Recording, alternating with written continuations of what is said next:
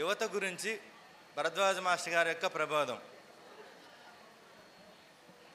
ఇప్పటివరకు మనం ఈ రజతోత్సవ వేడుకలు నిర్వహించినటువంటి ఆచార్య భరద్వాజ సేవా సంస్థ వాళ్ళు చక్కగా 3 రోజుల పాటు మనల్ని మాస్టర్ గారి యొక్క సన్నిధికి తీసుకెళ్లారు. ముందుగా వాళ్ళకి ఒక చిన్న కార్యక్రమాన్ని మనం నిర్వహించాలంటేనే ఎన్నో వ్యయ ప్రయాసాలు కోర్చాలి. అలాంటిది చంద్రబాబు గారు నాకు తెలిసి 2020లో నేను 2020లో బెంగళూరు సమ్మేళనంలో పాల్గొన్నప్పుడు కూడా ఆయన 2020లో అనౌన్స్ చేశారు. ఒక్కసారి ఇప్పుడు ఇవాళ అనౌన్స్ చేస్తేనే వచ్చే సంవత్సరం ఎలా చేయాలని చెప్పి కొంచెం ఆలోచనలు ఉంటాయి. అలాంటిది 5 సంవత్సరాల ముందు ఆయన అనౌన్స్ చేశారు. అంటే 5 సంవత్సరాల నుంచి ఆయన ప్రణాళిక అన్నమాట. ఈ 25వ నేను చేయాలి రజతోత్సవ వేడుకలని. అలా 5 సంవత్సరాల నుంచి ఆయన ఒక్కొక్క ఇటుగా పేర్చుకుంటూ వచ్చి ఈ సమ్మేళనాన్ని ఇంత సక్సెస్ఫుల్గా చేశారు. మనందరం కూడా ఈ సమ్మేళనానికి వచ్చి మనందరం కూడా మాస్టర్ గారి సన్నిధిలో అనుభవించాం ఈ 3 రోజులు. ఒక్కసారి చప్పట్లు ఎలా కొంతమంది కొట్టారు, మిగతా వాళ్ళు కూడా కొడితే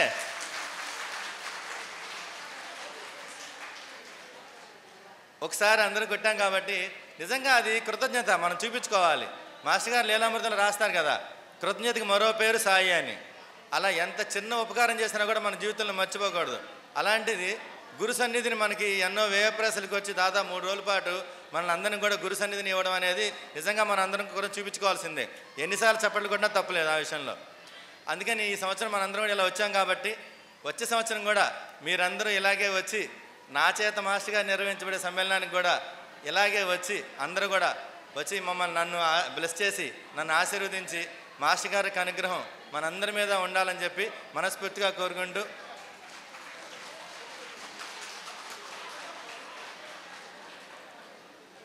నాకు ఈ అంశాన్ని ఇచ్చే ముందు మన చంద్రబాబు గారు ఈ సమ్మేళనాన్ని ఫిక్స్ చేసేటప్పుడు పూర్ణచంద్రరావు గారి దగ్గరికి వైజాగ్ నుంచి వస్తూ ఉన్నారు విజయవాడకి. విజయవాడ రాగానే ఆయనకి ఎందుకో నేను గుర్తొచ్చి ఆయన నాకు ఫోన్ చేశారు. ఫోన్ చేసి శ్రీనివాస్ గారు ఇట్లాగా సమ్మేళనానికి కొన్ని టాపిక్స్ రెడీ చేశాము, ఈ టాపిక్స్ ఇవి చదువుతున్నాను, మీకు ఇష్టం వచ్చిన టాపిక్ ఒకటి ఎన్నుకోండి అన్నారు. మొట్టమొదటి మీతోనే చెప్తున్నాను అన్నారు. ఇక్కడే ఉన్న చంద్రబాబు గారు మొట్టమొదటి మీతోనే మాట్లాడుతున్నాను, ఒక టాపిక్ ఎన్నుకోండి అన్నారు. ఆయన మొట్టమొదటి ఆయన చెప్పిన టాపిక్కే ఇది, ఏమని యువతరానికి మాస్టర్ గారు ఇచ్చే ప్రబోధం ఏంటని. నేను ఇంక మిగతా చదువుతున్నారు కానీ నా మనసంతా మొట్టమొదటి టాపిక్ మీదే ఉంది. ఆ మొట్టమొదటి టాపిక్ మీద కొంచెంసేపు మాట్లాడుతున్నారు. వెంటనే సార్ ఒక్క నిమిషం ఆ మొట్టమొదటి టాపిక్కే కావాలి నాకు అని చెప్పాను. ఎందుకంటే నేను ఈ మార్గంలోకి 30వ సంవత్సరంలో వచ్చాను, అంటే దాదాపు 2006లో వచ్చాను. 30 సంవత్సరాలు వచ్చినప్పుడు నేనేం పొందాను అనేది ఒక్క మాటలో చెప్పాలంటే, లౌకికంగా ఆయన దగ్గర మనం ఎన్నో పొందొచ్చు, ఉద్యోగం సంపాదించి ఉండొచ్చు, లేకపోతే ఏ విధంగానైనా సరే లౌకికంగా నాకు అది ఇచ్చారు ఇది ఇచ్చారని చెప్పుకోవచ్చు. కానీ ఎన్ని ఇచ్చినా కూడా మనకి చివరికి కావాల్సింది మాత్రం తృప్తి, శాంతి, ఆనందం. మనం ఎంత కష్టపడినా ఎంత సంపాదించినా కూడా తృప్తి, శాంతి, ఆనందం లేకపోతే మనకి ఎంత సంపాదించినా మళ్ళీ రేపటి గురించో లేకపోతే ఇంకా వెనక తరాల గురించో ఆలోచించాల్సి వస్తుంది. మేము సత్సంగాల్లో ఎప్పుడు చెప్పుకుంటాం ఒక మాట, ఈ ప్రపంచంలో గల అత్యంత ధనవంతుడు ఎవరంటే, సత్సంగాలు మనం ఎవరమ్మా చెప్పగలరా? ఎవరు? గురు తృప్తి శాంతితో బతికేవాడు. కరెక్టే, కొంతవరకు కరెక్టే. ఇంకా అదే ఇంచుమించు అలాంటిదే. కానీ ఒక్క సెంటెన్స్లో నాకు తెలిసి చెప్పాలంటే, మనం జనరల్గా ప్రపంచంలో అత్యంత ధనవంతుడు ఎవరంటే ఏం చెప్తాం మనం? ఈ అమెజాన్ జెఫ్ బెజోసో లేకపోతే బిల్ గేట్సో లేకపోతే మన దగ్గర ముఖేష్ అంబానీ అని చెప్తాం. కానీ ప్రపంచంలో గల అత్యంత ధనవంతుడు ఎవరంటే, ప్రతి క్షణాన్ని ఆనందంగా ఎవడైతే అనుభవిస్తుంటాడో, ప్రతి క్షణాన్ని ఎవడైతే ఆనందంగా అనుభవిస్తుంటాడో వాడు అత్యంత ధనవంతుడు. ఆ ప్రతి క్షణం ఆనందంగా అనుభవించాలంటే ఇందాక ఆవిడ చెప్పినట్టుగా తృప్తి, శాంతి, ఆనందం. మాస్టర్ గారు కూడా మనకేం కావాలని అధ్యాయంలో రాసింది కూడా అదే. మనం ఎన్ని కోరికలు కోరినా కూడా చివరికి రావాల్సింది ఆ తృప్తి కోసమే. ఇవాళ కోరిక తీరిందంటే ఆ కోరికతో వచ్చిన ఆనందం ఆ 2 రోజులు ఉంటుంది, మహా అయితే 3 రోజులు ఉంటుంది, లేకపోతే 10 రోజులు ఉంటుంది. మళ్ళీ 11 రోజు మళ్ళీ ఇంకో కోరిక వస్తుంది. ఆ కోరిక వచ్చినప్పుడు పాత కోరిక తీరిన ఆనందం పోతుంది.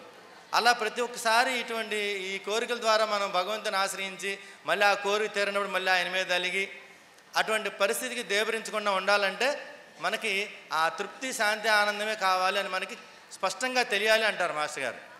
ఆ తృప్తి, శాంతి, ఆనందం నాకు ఈ మార్గంలోకి వచ్చిన తర్వాత, మాస్టర్ గారు రచనలు చదివిన తర్వాత అర్థమైందనమాట. అప్పటి వరకు ఏదో ఉద్యోగం, చదువు అంటే చదువు తర్వాత ఉద్యోగం తర్వాత మీకు మన అందరికీ తెలిసిందే కదా, పెళ్ళి అంటారు, తర్వాత పిల్లలు అంటారు, తర్వాత ఇల్లు అంటారు, వాకిలు అంటాను, వాహనాలు అంటాం. అదే అనుకునేవాడిని నేను కూడా ఈ మార్గంలో రాకముందు. కానీ మార్గంలో మాస్టర్ గారు రచనలు చదివిన తర్వాత అర్థమైందనమాట, అసలు మనకి ఇది కాదు, మనకి లక్ష్యం ఇది కాదని. మాస్టర్ గారు ఏది నిజంలో కూడా ఫస్ట్ సెంటెన్సే రాస్తారు, ఉత్తమమైన సాంఘిక వ్యక్తిగత జీవిత విధానానికి మొట్టమొదటి కావాల్సింది సత్యాన్వేషణ అని రాస్తారు. వ్యక్తిగత సాంఘిక జీవితం మనం బాగా చక్కగా అలవర్చుకోవాలంటే కావాల్సి సత్యాన్వేషణ. మాస్టర్ గారు ఈ సత్యాన్వేషణ పదం ఒక్క ఫస్ట్ సెంటెన్స్ ఏది నుంచి చదివేటప్పుడు నాకు బాగా హత్తుకుందనమాట. మాస్టర్ గారు ఏ గ్రంథాన్ని మొదలుపెట్టినా కూడా బహుశా అటువంటి ఫోర్స్ ఉండే వాక్యాలతోనే మొదలు పెడతారేమో. గురుచరిత్ర కూడా అంతే. మనకి మాసిక చీకట్లో తాడును చూచి పామని భ్రమించి భయపెడతాం అనే ఒక సెంటెన్స్, అది ఒక మంచి అద్భుతమైన సెంటెన్స్. అది ఆ సెంటెన్స్తో మొదలు పెడతారు. అట్లాగే సాయి లీలామృతాన్ని కూడా మీరెవరు అని అడిగితే వటవృక్షం మూలానికి మూలం మాది దత్తనవరం అంటే అటువంటి గ్రంథరాజాన్ని మొదలుపెట్టేటప్పుడు మాస్టర్ గారు లాంటి అవతార పురుషుడు మొదలుపెట్టేటప్పుడు మళ్ళాగా మొదలుపెట్టరు, నేను ఫలానా టైంలో పుట్టాను, నాకు ఇలా రాయాలనిపించింది అని చెప్పి మొదలుపెట్టరు. అటువంటి గ్రంథరాజాన్ని మొదలుపెట్టినప్పుడు ఆ చదువరులను ఆలోచింపజేసే వాక్యాలతోనే మొదలు పెడతారు. అటువంటి ఆలోచన ఇలాగా మొదలుపెట్టారన్నమాట. ఏమని ఏది నిజాన్ని మన అందరికీ కూడా ఉత్తమమైన సాంఘిక మన వ్యక్తిగత జీవిత విధానం కావాలంటే సత్యాన్వేషణ ప్రతి ఒక్కరికి అలవడాలి అని. ఈ సత్యాన్వేషణ అనే దానికి యువతరానికి సంబంధం ఉంది, అందుకని చెప్తున్నాను అన్నమాట. నేను కూడా మాస్టర్గా ఈ మార్గంలో రాకముందు అలాగే బాబాని కానీ లేకపోతే ఈ అవధూతలు కానీ ఈ సాంప్రదాయాన్ని కానీ మామూలుగా విమర్శించడంలో గట్టిగా ఇంకా బ్రహ్మాండంగా విమర్శించేవాడిని. కాకపోతే నేను వాదన చేసేవాడిని కాదు, కానీ నా మనసులో మాత్రం ఉండేది ఏంటి అంతా దేవుడు అంటే అని. సరే అదంతా పక్కన పెట్టుకుంటే మాస్టర్ గారికి నాకు బాగా నచ్చిన విషయం ఏంటంటే మాస్టర్ గారు ఫస్ట్ బాబా ఒక గురువుగా కంటే కూడా ఆయన మొట్టమొదట సత్యాన్వేషి. ప్రతి ఒక్క దాన్ని కూడా ఆయన తార్కికంగా ఆలోచించి ఆయన లాజికల్గా ఆలోచించి ప్రతి ఒక్క దాన్ని ఆయనకు అర్థమయ్యి ఆయన సమాధానం పెడితే తప్ప దేన్ని ఒప్పుకునేవాడు కాదు. మనం చదువుకున్నాం, అది బాగా నచ్చింది నాకు. ఆయన ఉపనయనం అప్పుడు కూడా ఆయన అదే చెప్తారు, నేను ఉపనయనం మొట్టమొదటి చేసుకోను అన్న వాడిని అసలు ఉపనయనం చేసుకుంటే ఏం జరుగుతుంది, నాలో ఏం మార్పు వస్తుంది అది చూద్దామని చెప్పి నేను ఉపనయనం చేసుకున్నాను అంటారు మాస్టర్ గారు. అంటే ఆయన చూడ ఎంత లాజికల్గా ఆలోచిస్తారు. అది ఇంకో విషయం ఏంటంటే మనందరం కూడా అది నిజమో కాదో నాకు తెలియదు, కానీ నాకు వచ్చినటువంటి థాట్ ఏంటంటే మాస్టర్ గారు ఇప్పుడు మనందరం కూడా విశ్వ చైతన్య అనుభూతిని మాస్టర్ గారు 1963లో ఫిబ్రవరి 9వ తారీఖున సాయినాథుని చూసినప్పుడు ఒక 5-6 గంటల పాటు ఒక స్పృహ లేకుండా ఉన్నటువంటి ఒక చైతన్య అనుభూతిని పొందారనుకుంటున్నాం మనం. కానీ నాకు మాస్టర్ గారు మహాత్మ బుద్ధి చదివిన దాంట్లో అర్థమైంది ఏంటంటే మాస్టర్ గారు ఉపనయనం తర్వాత ఆయనలో సత్యాన్వేషణ స్టార్ట్ అయిన తర్వాత ఒక 4 సంవత్సరాల పాటు మాస్టర్ గారు ఏ బుక్ చదవలేదంట. మాస్టర్ గారు ఒక 4 సంవత్సరాల పాటు ఏ బుక్ చదవాల. ఆయన ఏం చేశారంటే సత్యాన్వేషణకి 2 రకాల మార్గాలు. ఒకటేమో తనంతట తానుగా తర్కించుకోవడం, ప్రశ్నలు తానే వేసుకోవాలి. సృష్టి అంటే ఏంటి, దేవుడు అంటే ఏంటి, భగవంతుడు అంటే ఏంటి, అసలు నేను ఎందుకు వచ్చాను భూమి మీదకి, నా లక్ష్యం ఏంటి, నేను లక్ష్యాన్ని ఎలా పొందాలి అనేది ప్రత్యేకంగా తనంతట తానుగా అన్వేషించుకోవడం. రెండోది మన తల్లిదండ్రులు, మన దేవుడు, ఈ బుక్స్ పురాణాలు భాగవతాలు బారాయణ అవన్నీ చదివి తెలుసుకోవడం. మాస్టర్ గారు మొట్టమొదటి మార్గంలో ఉన్నారన్నమాట. ఆయన 4 సంవత్సరాల పాటు ఏ బుక్ చదవాల, తనంతట తానుగా తర్కించుకున్నారంట. తర్కించుకున్న తర్వాత ఆ 4 సంవత్సరాల్లో ఆయనకైతే ఏ ప్రశ్న అయితే తర్కించుకున్నారో వాటన్నిటికీ సమాధానాలు దొరికిన తర్వాత మాస్టర్ గారే రాస్తారు, నేను ఒంగోలు రైల్వే స్టేషన్లో నాకు ఒక ఆయన వే ఆఫ్ జర్నీ ఇచ్చారు. ఆ వే ఆఫ్ జర్నీలో నేను చూసుకుంటే నాకు ఏవైతే నా అంతటి నేనుగా తర్కించుకున్నానో ఆ ప్రశ్నలన్నిటి సమాధానాలు అన్నీ కూడా ఆయన ఇచ్చినటువంటి బుక్స్లో, ఆ వే ఆఫ్ జర్నీలో కానీ లేకపోతే మాస్టర్ గారు ఇంకా చదివినటువంటి బుక్స్లో కానీ వాటన్నిటిలోనూ చదివిన తర్వాత నాకు వచ్చినటువంటి సమాధానాలన్నీ ఆ బుక్స్లో సమన్వయపడ్డాయి అని రాస్తారు. అంటే ఏంటి, ఆయన సత్యాన్వేష ఫస్ట్ ఆయన తానుగా తర్కించుకున్నవన్నీ కూడా బుక్స్లో ఏవైతే ఉన్నాయో అవన్నీ ఈయనకి ఏవైతే వచ్చినాయో సమాధానాలు అవి సమన్వయపడ్డాయి. అందుకని మాస్టర్ గారు ఏమంటారంటే నేటి యువతరం కూడా అలాంటి సత్యాన్వేషణ చేయాలి అంటారు మాస్టర్ గారు. ఎందుకు సత్యాన్వేషణ చేయాలంటే ఇందాక చెప్పుకున్నాం మాస్టర్ గారు ప్రతి ఒక్కరికి 2 మార్గాలనే ఒక మార్గం ఆయన ఎంచుకున్నారని. ఇప్పుడున్న యువతరం అంటే ప్రత్యేకంగా యువకులు అంటే చిన్నపిల్లలు. ఆయన ఎందుకు ఇప్పుడు మాస్టర్ గారు ఇంకోటి కూడా చెప్పుకోవాలి ఇక్కడ. మాస్టర్ గారు ఐఏఎస్ వదిలేసుకుని ఒక లెక్చరర్గా ఎందుకు వచ్చారంటే చిన్నపిల్లలు అనుకోండి, వాళ్ళు ట్రాన్స్పరెంట్ స్లేట్స్ ఏదైనా రాసుకోవచ్చు మనం అంటారు కదా. కానీ వాళ్ళకు ఒక తత్వం, సాయినాథుడి యొక్క తత్వాన్ని కానీ ఒక భగవత్ తత్వాన్ని కానీ మనం చెప్తే వెంటనే వాళ్ళు అర్థం చేసుకోలేకపోవచ్చు, గ్రాస్ చేసుకోలేకపోవచ్చు, ఆ మార్గంలో కొంచెం ఇదిగా ఉంటారు. అదే యువతరాన్ని తీసుకున్నాం అనుకోండి, వాళ్ళు అప్పుడప్పుడే అర్థం చేసుకునే తత్వం ఉంటుంది, ఏదైనా చెప్తే చేసే తత్వం ఉంటుంది. అందుకని ఆయన లెక్చరర్గా స్టార్ట్ చేశారు అన్నమాట కెరీర్ని. అందుకే యువతరాన్ని కనుక తీసుకుంటే చాలామంది మనకి సుభాష్ చంద్రబోస్ కూడా అదే అంటాడు కదా, నాకు మంచి give me good mothers, I will give you good nation. ఒక మంచి మా తల్లుని నాకు ఇవ్వండి అంటాడు ఆయన. అంటే మన పిల్లల యొక్క పెంపకం ఎలా ఉండేది దాని గురించి మాస్టర్ గారు అంటారనమాట. ఏమంటారంటే ఒక చోట ఏది నిజంలోనే అద్భుతంగా మాస్టర్ గారు రాస్తారు. నేటి యువతరం ఎలా ఉందంటే, మగాళ్ళంటే బూట్ కట్ ప్యాంట్లు, లేకపోతే ఉద్యోగం ఉందండి ఇప్పుడు అలాగా ఇన్సర్ట్ చేసుకోవడం, లేకపోతే టైట్ ప్యాంట్లు వేసుకోవడం, సైడ్ లాక్స్ ఇక్కడ దాకా పెంచుకోవడం, పిల్లిగడ్డం అదే ఫ్రెంచ్ లాక్ అంటారట. ఫ్రెంచ్ లాక్ ఏదో అంటే కొన్ని ఒక ఫ్యాషన్ అనమాట. కుర్రాళ్ళు అంటే ఇలా ఉండాలి, ఇలా ఉండకపోతే మన యూత్ కాదురా అనేటట్లుగా ఉన్నారు. ఇలా ఉండకపోతే వీళ్ళు యూత్ కాదనేటట్లుగా ఉన్నారు. ప్రతి ఒక్కటి వాళ్ళకి ఒక ఫ్యాషన్ లాగా చూస్తారు తప్ప అసలు దేవుడి నామం జపించాలన్నా, దేవుడి నామం నోటించి రావాలన్నా కూడా ఓ రకమైన సిగ్గుపడేటటువంటి వ్యవస్థ, సిగ్గుపెట్టే ఒక సిస్టమ్ ఇప్పుడు మన అందరం కూడా చూస్తున్నాం. అవునా కదా? ఒక ఇంటర్మీడియట్ చదివే కుర్రాడు గుడికి వెళ్ళాలంటే ఫ్రెండ్స్ ఎవరిని అడుగుతున్నాను అనుకోండి, నేను ఇప్పుడు గుడికి వెళ్తున్నా అనరా అని చెప్పి గట్టిగా ధైర్యంగా వాళ్ళకు కూడా చెప్పలేని పరిస్థితి, నేను గుడికి వెళ్తున్నానని. అదే సినిమాకి అనుకోండి, అరే నేను సినిమాకి వెళ్తున్నా అని చెప్పి ధైర్యంగా చెప్తారు. అవునా కదా? ఇప్పుడు మనం ఒక భజనో లేకపోతే ఒక దేవుడి కార్యక్రమం ఎటువంటి ప్రోగ్రాం పెట్టామనుకోండి, ఆ పెట్టిన ప్రోగ్రామ్కి మనం బాగా ప్రచారం చేసి అందరినీ పిలిచినా కూడా ఎంతోమంది రారు. అదే ఒక సినిమా పాటలో ఒక సినిమా స్టార్ను తీసుకొచ్చి ఒక రికార్డింగ్ డాన్స్ పెడితే మనం ఏ ప్రచారం ఏమైనా అవసరంలా అట్లా వస్తారన్నమాట జనం. అటువంటి యూత్ కానీ లేకపోతే ఇప్పుడు సమాజంలో వ్యవస్థలు ఎలా ఉందంటే, ఒక ఆధ్యాత్మికత అంటే ఏదో ముసలులు అయిపోయిన తర్వాత ఒక 60-70 ఏళ్ళు వచ్చిన తర్వాత నా రామనామ అనుకోండి, కృష్ణ అనుకోండి, ఆ టైంలో చేయాలి తప్ప మనం ఈ వయసులో సంపాదించేది కాదు, ఈ వయసులో మనం దేవుడి దగ్గరికి వెళ్ళాల్సింది కాదు, అటువంటి ఒక రాంగ్ నోషన్ అని ఇప్పుడు సొసైటీలో ఉంది.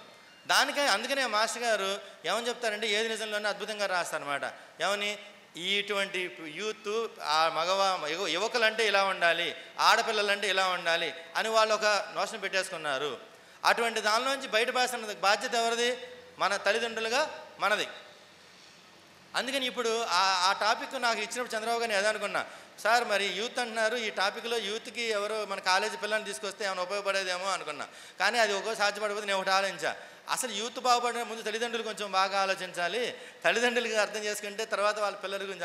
అందుకే మాస్టర్ గారు ఏది నిజంలో కూడా అదే రాస్తారు. తల్లిదండ్రులుగా మన ధర్మం ఏంటంటే పిల్లలకి మనం అదే అందించాలి. ఇప్పుడు మనం చెప్పుకున్నాం కదా, భగవంతుడి గురించి కానీ ఆధ్యాత్మిక కానీ ఇవన్నీ కూడా మనం పిల్లలకి అందించడమే తల్లిదండ్రుల యొక్క స్వధర్మం. ఇంకా వాళ్ళ తల్లిదండ్రులుగా మన ధర్మం ఏంటంటే మన యొక్క స్వధర్మం అదే. పిల్లలకి మనం భగవంతుడి గురించి కానీ లేకపోతే ఆధ్యాత్మిక గురించి కానీ వయసుతో సంబంధం లేదు అని చెప్పి అందించడమే ఇది అంటారు మాస్టర్ గారు. అలాగే పిల్లలు కూడా సత్యాన్వేషణ కూడా అలవర్చబడమంటారు. అలా గనక మనం చేయకపోతే ఫోర్స్, మాస్టర్ గారు ఎంత పదంగా ఎంత గొప్ప మంచి సెంటెన్స్ వాడతారు చూడండి. అలా కాకపోతే అలా కాక మనం ఇలా తప్ప మనం పిల్లలకి కానీ ఇలా అందించకపోతే, ఇలా తప్ప మనం మాతృదేవోభవ, మాతృదేవతలం కాదు, పితృదేవోభవ, పితృదేవతలం కాదు, ఆచార దేవతలు అనిపించిన అర్హత మనకి లేదు అంటారు. ఇలా మనం చెప్పకపోతే మనం వాళ్ళ దగ్గర నుంచి మాతృదేవతలం, పితృదేవతలం, ఆచార దేవతలం అయ్యే అవకాశమే లేదు అని అంటారు మాస్టర్ గారు. మన పిల్లలకి మనం కనుక భగవంతుని పట్టుకోకపోతే, ఇలా సద్గురువు కానీ లేకపోతే ఆధ్యాత్మిక కానీ. ఎందుకు నేను ఇదంతా చెప్తున్నానంటే, మాస్టర్ గారు యువత గురించి ఎందుకు ఆయన అంత బాగా చెప్తారంటే, ఆ యువత తర్వాత మనలాగా ఇదైన తర్వాత ఒక రకమైనటువంటి మంచి ఆలోచన, మంచి చేయాలన్నా ఒక చెడు చేయాలన్నా కూడా ఆ స్టేజే కదా, ఇంటర్మీడియట్ స్టేజ్ కానీ 10th క్లాస్ స్టేజ్ కానీ, వాళ్ళు బాగా సెటిల్ అవ్వాలన్నా లేకపోతే పక్కదారి పట్టాలన్నా కూడా అదే వాళ్ళలో ఉండే ఎనర్జీ. ఇప్పుడు ప్రపంచంలో కల్లా హ్యూమన్ రిసోర్సెస్, మానవ వనరులు ఎక్కువగా ఉన్న దేశం ఏంటంటే మన ఇండియానేనంట. చైనాలో ఎక్కువ మంది జనాభా ఉంటే ఉండొచ్చు కానీ పనిచేసే సామర్థ్యం ఉన్నవాళ్ళు ఎక్కువ మానవరులు ఉన్నది మాత్రం మన భారతదేశంలోనే. అటువంటి భారతదేశంలో మానవులు పుష్కలంగా ఉన్న భారతదేశంలో ఇప్పుడు మనం కనుక సరైన మార్గంలో ఆ ఎనర్జీని పాజిటివ్గా కనుక మనం తిప్పగలిగితే అద్భుతాలు సృష్టించవచ్చు అంటారు మాస్టర్ గారు. అలాంటి అద్భుతాలు సృష్టించిన అవకాశం ఉన్నది ఎవరి దగ్గర? యూత్ దగ్గర. అందుకని యూత్ కనుక ఇటువంటి మాస్టర్ గారు చెప్పినటువంటి ఏది నిజం కానీ విజ్ఞాన వీచికలు కానీ మనం అంటే నేను అందరూ చెప్పుకున్నాను కదా, 30 సంవత్సరాలకు వచ్చాను నేను. 30 సంవత్సరాలు వచ్చినప్పుడు నేను బాధపడ్డా, అరే 30 సంవత్సరాలకు వచ్చాను నేను, ఇంకొంచెం ముందొచ్చి ఉంటే ఇంకా బాగుండేది, ఇంకా బాగా నేను మాస్టర్ గారిని ఎక్కువ ఉపయోగించుకునేవాడిని అనుకున్నా. తర్వాత నేను ఏదైతే కోల్పోయానో దాన్ని కాలేజీలకి పిల్లలు యువతకి కాస్త ఈ ఏది నిజం విజ్ఞాన మాస్టర్ కూడా అదే అంటారు, మనం వాళ్ళకి ఏది నిజం విజ్ఞాన వీచికలు ఇవ్వాలని. మనం చేయాల్సిన పని మాస్టర్ గారు ఇంకా నాకు వాళ్ళకి చెప్పే పరిపాకం లేకపోవచ్చు, లేకపోతే సమయం ఇంకా ఉందేమో, నాకు ఇంకా అవకాశం ఇవ్వలేదు. మాస్టర్ గారు అవకాశం ఇస్తే కాలేజీలకి ఏది నిజం విజ్ఞాన వీచికలు వెళ్ళి వాళ్ళు మాట్లాడి అసలు మనం మాస్టర్ గారి గురించి ఈ ఏది నిజం విజ్ఞాన వీచికలు వాళ్ళు చదవపోయినా పర్వాలా, మనం 2 ముక్కలు బాబా గురించి మాస్టర్ గారి గురించి మాట్లాడి వాళ్ళ చేతుల్లో ఏది నిజం విజ్ఞాన వీచికలు పెడితే చాలు. మనం ఇప్పుడు ఎవరైనా మన దగ్గరికి ఏదైనా కష్టంతో వచ్చారనుకోండి, మనం ఏం చేస్తాం, వెంటనే వాళ్ళకి సాయి లీలామృతం గురుచిత్ర బుక్ ఇచ్చి పారాయణ చేయండి అంటాం, అంతే కదా. మనం వాళ్ళ చేతిలో బుక్ పెట్టడంతో మన పని అయిపోయింది. ఇంక చేయాల్సిన పనుల్లో ఎవరు చేస్తారు, ఆ బుక్ చూసుకుంటుంది. వాళ్ళకి కష్టం వచ్చినప్పుడు లేకపోతే ఏదైనా సమస్య వచ్చినప్పుడు వాళ్ళకి ఏదైనా ఆ బుక్ చూసుకోండి. ఇంకా ఆ బుక్ ఏమంటుంది, ఎంతసేపటికి నన్ను బాబా అంటాను ఒక చోట ఎక్కడ లీలామృతంలో, బిడ్డ నా పటానికి మాల వెయ్యి నీకు మేలు జరుగుతుందని. ఒక పటం వాళ్ళ ఇంట్లో వచ్చిందంటే ఇంకా బాబా మాట్లాడతాడు. ఇంకా అట్లాగే బుక్ వాళ్ళ ఇంట్లోకి చేరింది అనుకోండి, ఇంకా ఆ బుక్ వాళ్ళలో ప్రేరణ కలిగిస్తుంది, నన్ను ఓపెన్ చెయ్యి, నన్ను చదువు, నన్ను పట్టించుకో అని. అట్లాగే మనం కూడా ఈ యువతకి ఈ ఏది నిజం విజ్ఞాన వీచిక లాంటి ముందు వాళ్ళు కొంచెం సైంటిఫిక్గా ఆలోచిస్తారు, ఇదంతా దేవుడు లేదు ఏం లేదని. అలాంటి వాళ్ళని మనం సమాధాన పరచాలంటే మనం ఏది విజ్ఞాన వీచిక ముందు వాళ్ళ చేతిలో పెట్టాలి. ముందు వాళ్ళ చేతిలో పెడితే వాళ్ళు అది తెరిచేటట్లుగా, వాళ్ళు దాన్ని అర్థం చేసేటట్టుగా ఆ బుక్సే చూసుకుంటాయి. అటువంటి అవకాశాన్ని మనకి ఇవ్వాలని చెప్పి మాస్టర్ గారిని ప్రార్థిస్తున్నాం. అందుకనే ఈ యువతకి మాస్టర్ గారు ఐఏఎస్ వదిలేసుకుని యువతను ఎందుకు చేసుకుంటే దీనికోసమే. అట్లాగే అసలు ఈ యువతకి భారద్వాజ మాస్టర్ గారు ఇచ్చే ప్రబోధం కూడా మాస్టర్ గారు ఐఏఎస్ వదిలేసుకుని లెక్చరర్గా ఎందుకు అయ్యారో అనేదాన్ని మనం అర్థం చేసుకుంటే యువతనికి ఇంపార్టెన్స్ మాస్టర్ గారు ఎంత ఇచ్చారో అర్థం చేసుకోవచ్చు. అట్లాగే మాస్టర్ గారు ఇలాంటి దాన్ని మనం యువతకి మనం తల్లిదండ్రులుగా మనం ఇచ్చేదాని గురించి మాస్టర్ గారు ఇంకోటి కూడా అంటారు, ఇటువంటివి చెయ్యకపోతే ఇటువంటి తప్ప ఇంకొక విద్యాదానం లేదు, సేవ లేదని కూడా అంటారు.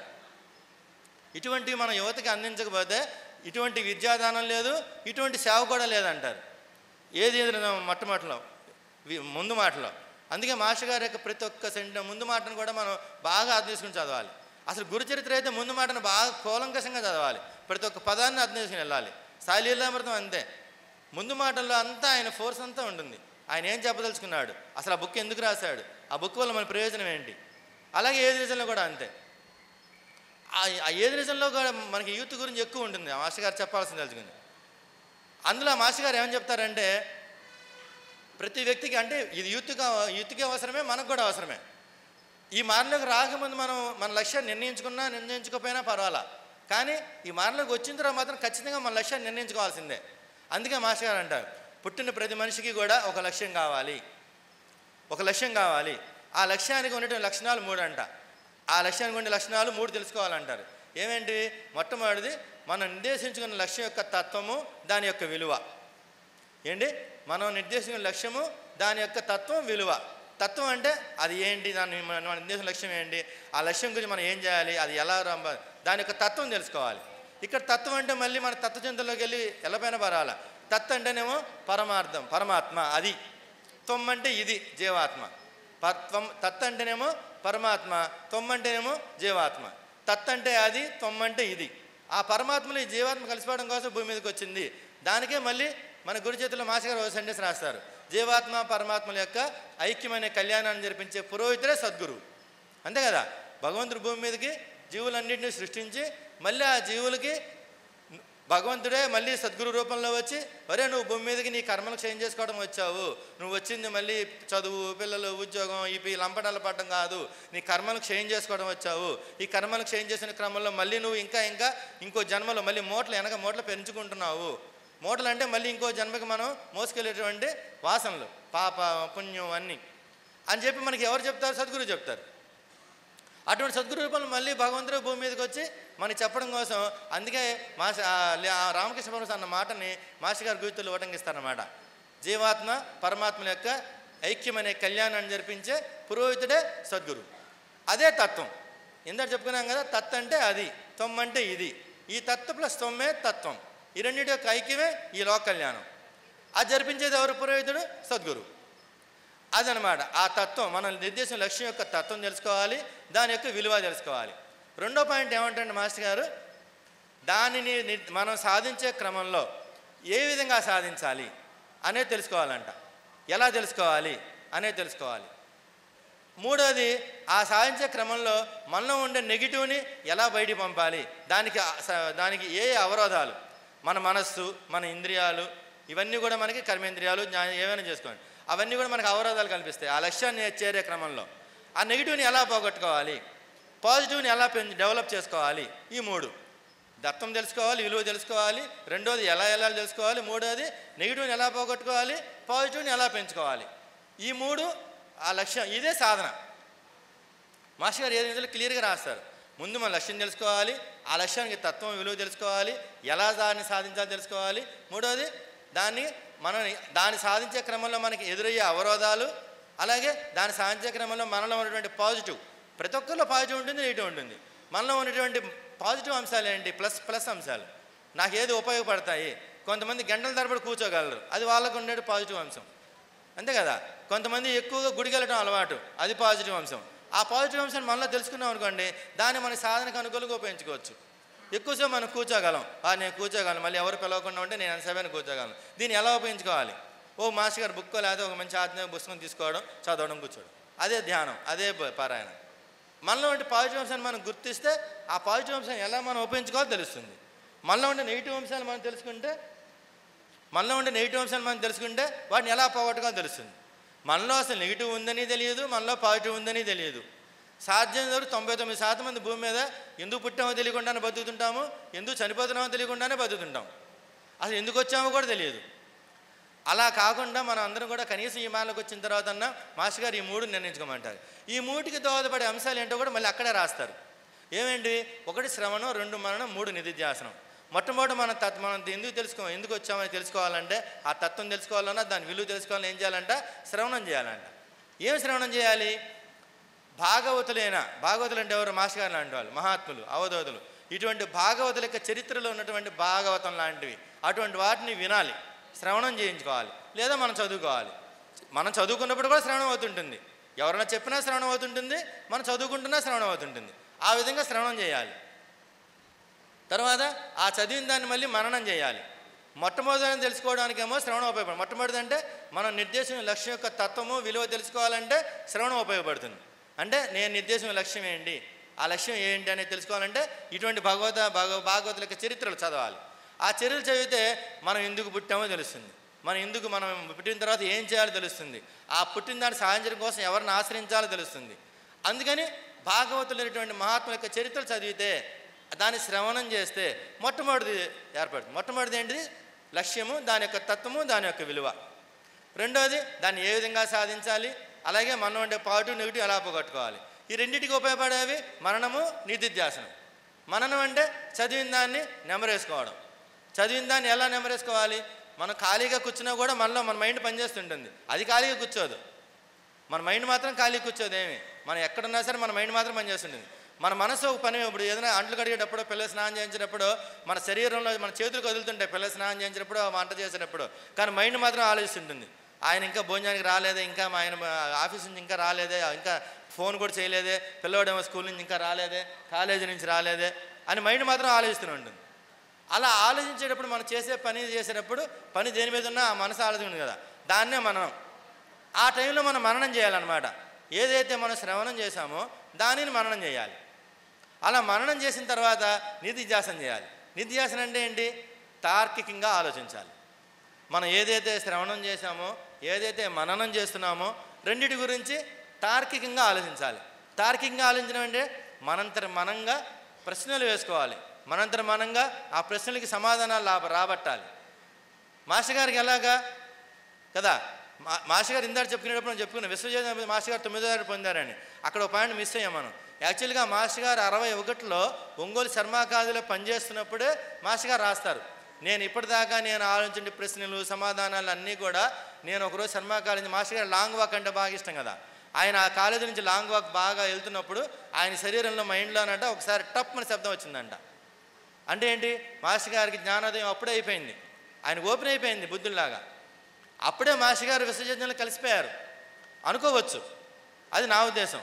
తర్వాత మళ్ళీ మాస్టర్ గారు సాయినాథుని ఆశ్రయించడం, మళ్ళీ సాయినాథుడికి వేదవ్యాస గారి ద్వారా వెళ్ళడం అనేది, వేదవ్యాస గారు ఒక ఇన్స్ట్రుమెంటు, మాస్టర్ గారు సాయినాథుడి దగ్గరికి వెళ్ళడం అనేది ఒక అంతా నాటకం. ఎవరి కోసం, మన కోసం. మనందరినీ కూడా సాయినాథుడికి ఒక సద్గురువుని ఒక విలువ తెలియజేయడం కోసం, సాయినాథుడికి పట్టివ్వడం కోసం, మళ్ళీ సద్గురువులు గురువులు మహాత్ములు అవధూత చరిత్రలన్నీ కూడా మళ్ళీ మనకి అందివ్వడం కోసం. యాక్చువల్గా మాస్టర్ గారు అప్పుడు శర్మా కాలేజీలో లాంగ్ వాక్ వెళ్తున్నప్పుడే ఆయన మైండ్లో ఎప్పుడైతే టప్మని శబ్దం వచ్చిందో అప్పుడే మాస్టర్ గారు విశ్వచైతన్యమూర్తిలో కలిసిపోయారని మనం అర్థం చేసుకోవచ్చు. అది మాస్టర్ గారు రాస్తారు. అప్పుడు ఇంకా నాకు భగవంతుడు ఉన్నాడా లేడా అనే ప్రశ్న అప్రస్తుతం అనిపించింది అని రాస్తారు. ఇంకా భగవంతుడు ఉన్నాడా లేదా అప్రస్తుతం అనిపించింది అంటే ఇంకా ఆయనకి అన్ని సమాధానాలు లభ్యమైనట్లే కదా. అటువంటిది అనమాట. అటువంటి దాన్నే మనం నిధిధ్యాసన అనాలి. అలా శ్రవణం మననం చేసిన తర్వాత మళ్ళీ మనం తార్కికంగా ఆలోచించుకోవాలి. ఈ తార్కికంగా ఆలోచించడమే నిధిధ్యాసనం. మొట్టమొదటిదేమో మన శ్రవణం వల్ల ఉపయోగపడుతుంది. ఈ మననం నిధిధ్యాసన వల్ల మనం ఇందాక చెప్పిన మూడిట్లో రెండు ఉపయోగపడతాయి. ఆ రెండింటి వల్ల ఏంటి, ఎలా సాధించాలి, మనలో ఉండే నెగిటివ్ని ఎలా పోగొట్టుకోవాలి, పాజిటివ్లు ఎలా పట్టుకోవాలి, ఇవన్నీ కూడా ఇప్పుడు మనం చెప్పుకున్నవన్నీ కూడా మాస్టర్ గారు ఏమంటారంటే, మన పిల్లలకి మనం ఇవ్వకపోతే మన తల్లిదండ్రులుగా మన యొక్క ధర్మాన్ని మనం నెరవేర్చినట్లే. అదే తల్లిదండ్రులుగా మన యొక్క స్వధర్మం. మన తల్లిదండ్రులుగా మనకి ధర్మం ఏంటంటే పిల్లలకి మనం అందివ్వడమే. పిల్లలకి మనం ఇచ్చేటప్పుడు నా కొడుకుని 2 అంతస్తుల బిల్డింగ్ ఇచ్చాను, 10 కోట్లు ఇచ్చాను, లేకపోతే మా అబ్బాయికి మంచి ఉద్యోగం, ఇప్పుడు అక్కడెక్కడ శాంసంగ్ సౌత్ కొరియాలో సియోల్లో మా వాడు ట్విన్ టవర్స్లో ఉద్యోగం చేస్తున్నాడు, సంవత్సరానికి ₹1 కోటి మా వాడు ప్యాకేజీ కదా. అలా ఆలోచించే తల్లిదండ్రులు గొప్పవాళ్ళ, లేకపోతే నా బిడ్డకి నేను మాస్టర్ గారిని పట్టించాను, నేను సాయినాథుని పట్టించాను అని చెప్పే తల్లిదండ్రులు మన తల్లిదండ్రులుగా వాళ్ళ యొక్క ధర్మాన్ని వాళ్ళు నెరవేర్తించినట్ల. తల్లిదండ్రులుగా మనం ప్యాకేజీలు చూసుకునేటప్పుడు మన తల్లిదండ్రులుగా ఫెయిల్ అయ్యామో మన సక్సెస్ అయ్యామనేది పక్కన పెట్టండి. కానీ అలా కనుక మనం ప్యాకేజీలు, వాళ్ళకి ఉద్యోగం, వాళ్ళకి చదువులు చూసుకునేట్లయితే ఇంక మనకి వాళ్ళు ఒక బిల్ గేట్స్ పడతాడు, 100 మంది బిల్ గేట్స్ చనిపోతారు, 100 మంది బిల్ గేట్స్ పడతారు, 1000 మంది బిల్ గేట్స్ చనిపోతారు. అవునా కదా. కానీ ఈ ప్రపంచం గుర్తుపెట్టుకునేది ఎవరిని? అవునా కదా. ప్రపంచం గుర్తుపెట్టుకునేది మహాత్ముల్ని. 600 సంవత్సరాలు బతికిన సుచంద్రబాబు గారిని గుర్తుపెట్టుకుందా, లేకపోతే 60 సంవత్సరాలు బతికినటువంటి రతన్ టాటా, ధీరుభాయ్ అంబానీ ఒక్క తరంలోనే ఆయన కొన్ని లక్షల బిలియన్ డాలర్లు సంపాదించాడు. మరి ధీరుభాయ్ అంబానీ గుర్తుపెట్టుకున్నారు మన దేశంలో ఎవరు గుర్తుపెట్టుకోవాలా? 600 సంవత్సరాలు అయోధ్య సుచంద్రబాబుని గుర్తుపెట్టుకుంటారు, ఒక చోటమ్మని గుర్తుపెట్టుకుంటారు, ఒక రమణ మహర్షిని గుర్తుపెట్టుకుంటారు, ఒక మాస్టర్ గారిని గుర్తుపెట్టుకుంటారు, ఒక త్రైలింగ స్వామి, ఒక రామకృష్ణ పరమహంస, ఒక వివేకానంద. వీళ్ళని చరిత్ర గుర్తుపెట్టుకుంటుంది. కానీ ఎంత సంపాదించినా కూడా ఎవరైనా మళ్ళీ అందులో కలిసిపోవాల్సిందే. ఇదే సత్యాన్వేషణ అంటారు. సత్యాన్వేషణలోనే ఉంది సత్యం గురించి అన్వేషణ. సత్యం అంటే మనం బాగా గుర్తుపెట్టుకుంటే కాలానికి అతీతంగా నిలిచి ఉండేది. కాలానికి అతీతంగా నిలిచి ఉండేది ఒక్క పరమాత్మ మాత్రమే. ఆ ఒక్క పరమాత్మ నుంచి ఈ మొత్తం సృష్టి అంతా, విశ్వం అంతా కూడా బయటకు వచ్చింది. మళ్ళీ అవన్నీ కూడా కాలక్రమేణా అన్నీ మళ్ళీ వెళ్ళి కలిసిపోవాల్సిందే. అందుకే సత్యం అంటే కాలం, ట్రూత్ ఈజ్ గాడ్ అంటారు. అందుకే ఆ సత్యమే భగవంతుడు. కాలానికి నిలిచి ఉండే ఒక్కడే భగవంతుడు. ఆ భగవంతుడి నుంచి వచ్చినవన్నీ మళ్ళీ కాలానికి అతీతంగా లేకుండా కాలానికి అధీనమే ఉండేవి. అందుకే సత్యాన్వేషణ. ఇటువంటి సత్యాన్వేషణ ముందు తల్లిదండ్రులుగా మనం అలవరుచుకోవాలి. మనం అలవరుచుకున్న దాన్ని మనం పిల్లలకి చెప్పాలి. మన పిల్లలు చెప్పేటప్పుడు ఏమని చెప్తాం? మన సాధ్యం వరకు మన అందరం ఇప్పుడు చెప్పాం. ఎంత చెప్పుకున్నాడు నాతో సహా అందరం చెప్పేది ఏంటి పిల్లలకి? పక్కింటి వాళ్ళు, అరే వాడు బ్రహ్మాండం చదువుతున్నా అంటే వాడు ఫస్ట్ ర్యాంకు, నువ్వు ఎదవా, నీకు నేను అన్నీ ఇచ్చాను, నీకేం తక్కువైంది, నేను రోజు ఉదయాన్నే 3 లేపుతున్నాను, టీ పెడుతున్నాను, నీకు మంచి మంచి బట్టలు ఇస్తున్నాను, నీకు రోజు బస్సు పెట్టాను కదా, రోజు బస్సు పెట్టాను, మరి ఇంత లక్షల ఫీజు పెట్టి కడుతున్నాను, నేనేమో పెద్ద ఉద్యోగంలో ఉన్నాను, నా కడుపుని చెడపెట్టావు, అంతే కదా. ఫస్ట్ ర్యాంక్ రాలేదు నీకు, ఎందుకు రాలేదు, నీకేం తక్కువ చేశాను, ఇదే అడుగుతాం మనం. ఓకే, చదువు లౌకికంగా ఉండే చదువు కూడా మనకు అవసరమే. కానీ దాంతో పాటు ఇప్పుడు ఎవరు మాస్టర్ గారు లౌకికమైన చదువును వదిలేయమని చెప్పలా, ఆయన వదిలేయలేదు. ఆయన మరి ఎంఏ ఇంగ్లీష్ చేశారు కదా, అలాగే లెక్చరర్గా చేశారు కదా. అందుకే ఆయన మాస్టర్ గారిని చూసి మనం నేర్చుకోవాలి ఏంటంటే లౌకికమైన చదువుతో పాటు మళ్ళీ దీన్ని కూడా మనం కొంచెంగా అలవాటు చేయాలి. ఇలా అలవాటు చేస్తే ఏం జరుగుతుంది యువతకి? ఇప్పుడు యువత ఏంటంటే చిన్న విషయాలకే ప్రతిదానికి భయము, ఆందోళన. ఏదైనా ఒక మార్కు తగ్గిందంటే ఆందోళన, ఒక మార్కు తగ్గింది, ఒక rank, first rank, second rank పడిపోయాడంటే ఇంకా వాడు రాత్రికి రాగానే నాకు జ్వరం వచ్చేసిందని చెప్పి ముసుతన్ని ఏడుస్తూ పడుకుంటాడు, అంతే కదా. మొన్న మధ్య పేపర్లో చదివాం, అతనికి 60 లక్షల ప్యాకేజ్ అంట అమెరికాలో. అతనికి ఏమైంది, ఏదో స్లమ్ వస్తుందంట కదా పెద్ద మల్టీనేషనల్ కంపెనీస్లో. వాళ్ళు ఏం చేశారు, కంపెనీ వాళ్ళు ఏదో కొంచెం జీతం తగ్గించారంట. 60 లక్షల ప్యాకేజీ వల్ల ఒక 5 లక్షలు తగ్గించారేమో మన కరెన్సీలో, అంతే. దాన్ని తట్టుకోలేకపోయాడు ఆయన. అన్నిట్లోనూ ఫస్ట్ అంట, గోల్డ్ మెడలిస్ట్ అంట, అన్నిట్లోనూ ఫస్ట్, అన్నిట్లోనూ నెంబర్ 1. ఈ ప్యాకేజీలు కూడా నెంబర్ 1. కానీ ప్యాకేజీ 5 తగ్గించినప్పటికీ తట్టుకోలేకపోయాడు. సాయంకాలం ఇంటికి వెళ్ళిన తర్వాత ఏమైంది? సూసైడ్ చేసుకున్నాడు. మన పేపర్లో అందరం చదువుంటాం, చదువు గుర్తుపెట్టాలి లేదో. నేను అది చదివి నాకు అర్థమైంది, ఇంత చిన్న విషయాలకి చదువుకున్న వాళ్ళు, అంత బ్రహ్మాండం చదువుకున్న వాళ్ళు దాన్ని తట్టుకోలేకపోతున్నారే. అంతే కదండి.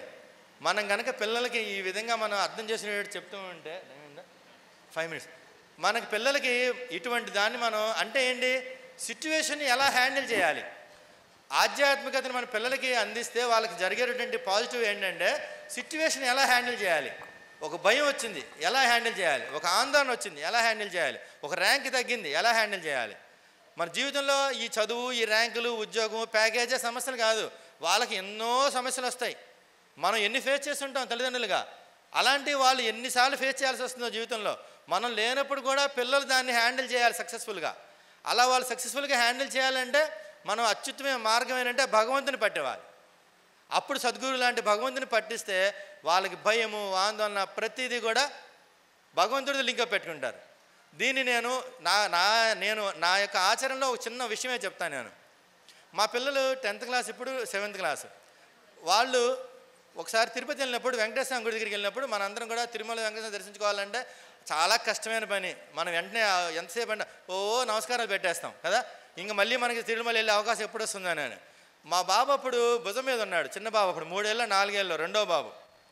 అది నేను మాస్టర్ గారికి ఎన్నిసార్లు తలుచుకున్నాను, మాస్టర్ గారు ఇది వాళ్ళిద్దరిని మీకు పట్టించాలి లేదో నాకు తెలియదు, కానీ మీకు మాత్రం వాళ్ళిద్దరిని నాకు సంబంధం లేదు, వాళ్ళిద్దరి సంగతి మీదేనని. మా బాబు అప్పుడు భుజం మీద ఉన్న బాబు నన్ను భుజాన్ని మెడని తిప్పి అరే ఒకసారి చూడరా, మళ్ళీ చూడలేము స్వామిని, వెంకటేశ్వర స్వామిని చూడు అని చెప్పి నేను మా బాబుని తల తిప్పుతున్నాను. వాడు నా తల తిప్పి ఎందుకు నా బాధపడతావు ఈయన చూడలేదని. అక్కడ ఒంగోలులో మనకి మాస్టర్ గారు ఉన్నారు కదా, మాస్టర్ గారిని చూస్తే బాబు వెంకటేశ్వర స్వామి చూసినట్టే కదా. అప్పుడు మా బాబుకి 4 ఏళ్ళ వయసు. ఇంకో చిన్న ఎగ్జాంపుల్ చెప్తాను. రీసెంట్గా మా తోడలుడికి ఒక చిన్న సమస్య వచ్చింది. పెద్దవాళ్ళం మనం వాళ్ళకి చెప్పడం ఒక విధంగా ఉంటుంది. మా తోడలుడితో మా చిన్న బాబు, అదే బాబు మళ్ళీ ఆ బాబు అది తలపట్టు కూర్చుంటే మా బాబు ఏంటి పెద్దనాన్న అలా ఉన్నావు అన్నాడు. అంటే ఏం లేదురా చిన్న సమస్య. అప్పుడు మా బాబు అని సార్, బాబు ఈ పెద్దనాన్న ఎందుకు బాధపడతావు, ఒంగోలులో మాస్టర్ గారు ఉన్నారు, ఏంలా నువ్వు చేయాల్సిన పనులు ఏమీ లేదు. దీనిలో మాస్టర్ గారి దగ్గర ఒక టెంకాయ, అప్పుడు వాడికి 9 ఏళ్ళు, ఇప్పుడు అంతకుముందేమో నా భుజం మీద 4 ఏళ్ళు, ఇప్పుడేమో వాడికి 9 ఏళ్ళు. వాడే పెద్దనాన్నని ఎందుకు పెద్దనాన్న బాధపడతావు, దీనిలో ఒక టెంకాయ అయ్యి మాస్టర్ గారి దగ్గరికి వెళ్ళు, మాస్టర్ గారి చుట్టూ ప్రదర్శన చేయి, నీ సమస్య ఆయనే చూసుకుంటాడు. నీకు లాజికల్గా అది నీ కనుక ఉపయోగపడుతుంది అనుకుంటే ఆయనే ఇస్తాడు. నీకు అది ఉపయోగం లేదు, నీ శ్రేయస్కి అవసరం లేదు అనుకుంటే ఆయన వదిలేస్తాడు. నీకు అవసరం లేదు, ఆయన ఇవ్వలేదు, నీకు అవసరం లేదు అనుకో, నీకు ఇచ్చాడు, ఆయన నీకు ఉపయోగపడేది అనుకో. వాడు అంటే నేను ఇంత ఇదిగా చెప్పాను, వాడు కొంచెం వాడు మాటల్లో చెప్పాడు అంతే. ఆ పెద్దనాన్న అంత చిన్నవాడు నాకు చెప్పాడని చెప్పి ఆయనలో మార్పు వచ్చింది. ఆయన మాస్టర్ గారి దగ్గరికి వెళ్ళడం, దీనిలో టెంకాయ వేయడం.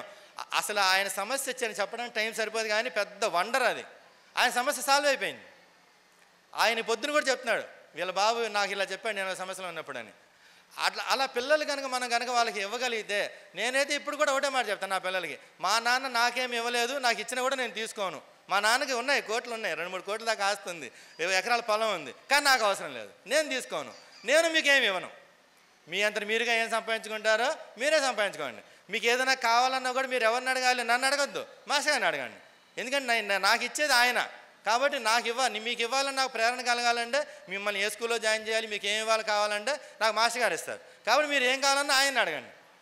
మా పిల్లోడు ఇప్పుడు కూడా అదే అంటాడు. ఏదైనా ఎగ్జామ్ సమయంలో కూడా మా ఇంటికి వచ్చినా చెప్తాడు, నాకు ఒకటి గుర్తు రాలేదు నాన్న, ఆ సమయంలో నేను ఒకసారి ఇట్లా తలుచుకున్నాను మాస్టర్ గారిని, వెంటనే గుర్తు చేసేసింది నాన్న అంటాడు. అంటే వాళ్ళు మాస్టర్ గారి దయ వాళ్ళ మీద ఎలా ఉందో నాకు తెలియదు, కానీ కొంతవరకు నేను సఫలీకృతం అయ్యానని చెప్పి నేను ఒక తండ్రిగా మాత్రం ఆనందంగా చెప్పగలను. ఇంకా వాళ్ళిద్దరి దయ, మాస్టర్ గారి దయ. Thank you. నాకు అవకాశం మీ అందరికి కూడా, అలాగే ఏబిఎస్ ఆచార్య భరద్వాజ సేవా సమితి వాళ్ళకి. యువత అండి, మనం నిజంగా మాస్టర్ గారు యువత గురించి అందుకే అంత తప్పన పడి ఆయన ఐఏఎస్ వదిలేసుకుని లెక్చరర్. చల్లని వెన్నెల చందనం వందనం అభివందనం వికసిత పరిమళ చందనం శ్రీదత్త సాయి అంశాంకురమో భరద్వాజునికి వందనం.